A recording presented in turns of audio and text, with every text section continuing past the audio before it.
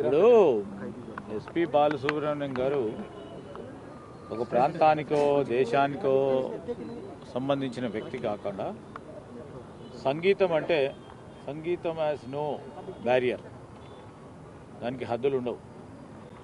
దానికి సంబంధించి ఎప్పుడు కూడా ఏ రాజకీయాలకు సంబంధించిన వ్యక్తిగా ఎప్పుడు కూడా ఆయన ముద్రపడలేదు. మన తెలుగువాడిగా మన ఖ్యాతిని పెంపొందించే ఒక వ్యక్తిగా మనం గౌరవించుకోవాలని సంకల్పం.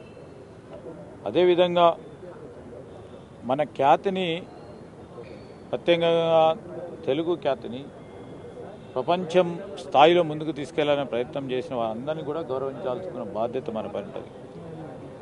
ఈరోజు మనం ఉదాహరణ చూస్తూ ఉంటే తెలంగాణ రాష్ట్రం ప్రభుత్వం ఈరోజు మా ప్రభుత్వం ఏర్పాటైన తర్వాత గద్దర్ గారి పేరిట ఈరోజు చలనచిత్రాలకు సంబంధించిన అవార్డును కూడా ఇస్తూ ఉన్నాం. అంటే వారు కూడా ఒక ప్రాంతానికి ఒక దేశానికి సంబంధించి కాదు, మన ఖ్యాతిని 10 దిక్కుల మరి వ్యాపారం చేసే కార్యక్రమ భాగంలో ఎక్కడ కూడా ఇబ్బంది పడకుండా ముందుకు తీసుకెళ్లే ప్రయత్నం. ఎవరు కూడా ఈరోజు అనేక మంది వారి అభిమానులు అన్ని వర్గాలకు సంబంధించిన వారు ఉన్నారు, అన్ని ప్రాంతాలకు సంబంధించిన వారు ఉన్నారు.